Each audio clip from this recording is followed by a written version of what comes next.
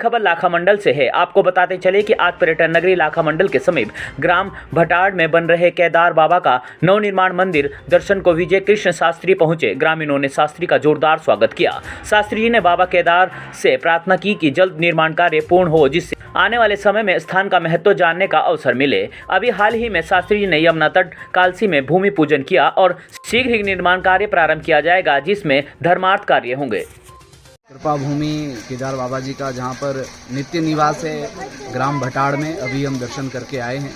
और वहाँ का जो वहाँ के जो दर्शन हैं वो अद्भुत हैं, क्योंकि उत्तराखंड की कंकर में शंकर है और सभी लोगों में उत्साह है। यहाँ नवीन मंदिर का निर्माण यहाँ होने जा रहा है और यहाँ पर जो है सभी स्थानीय लोग, ग्रामवासी लोग बहुत सेवा भाव से मंदिर आस्था के लिए, मतलब हमारे यहाँ जो जौनसार बावर की जो भूमि है ये आस्था की भूमि है। महासू महाराज जी की बड़ी कृपा यहाँ पर है और सभी लोगों में बड़ा उत्साह है। भटाड़ में जो भगवान श्री केदार बाबा का जो मंदिर बनने जा रहा है वो बहुत ही सौंदर्य युक्त और बहुत ही भक्तिपूर्ण ये मंदिर है और तमाम इसमें श्रद्धालु दर्शन के लिए आएंगे।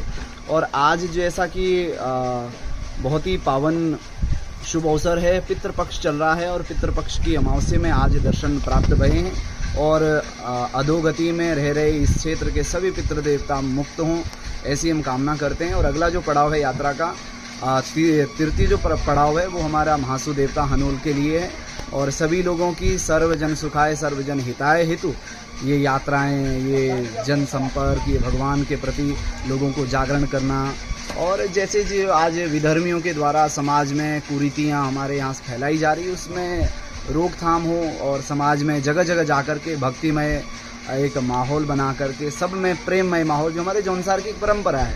और महाराज जी जैसा ही आप एक इसी क्षेत्र से है आप, और आपने एक बहुत बड़ा संकल्प लिया। आपने कालसी में एक बीच में भूमि पूजन कराया, क्या है उसमें विशेष? आप देखिए, आपने जिक्र किया है हरिपुर कालसी का, तो हरिपुर कालसी में अभी पीछे नवंबर में हमने एक हरिद्वार से अनूल तक की पैदल यात्रा की थी, जिसमें श्रद्धालुओं का, हमारे जितने भी प्रभु प्रेमी आत्मे जौनसार बावर के जनमानस ने इसमें सहयोग प्रदान किया, आशीर्वाद प्रदान किया और ये संकल्प लिया है कि जौनसार बावर में माँ यमुना जी के पावन तट पर, जो हमारा पहले से ही संकल्प रहा है, वहाँ पर जैसे हरिद्वार में माँ गंगा जी की आरती होती है, ठीक उसी प्रकार से यमुना तट हरिपुर में माँ यमुना जी की आरती हो और वहाँ पर गुरुकुलम हम खोलने जा रहे हैं।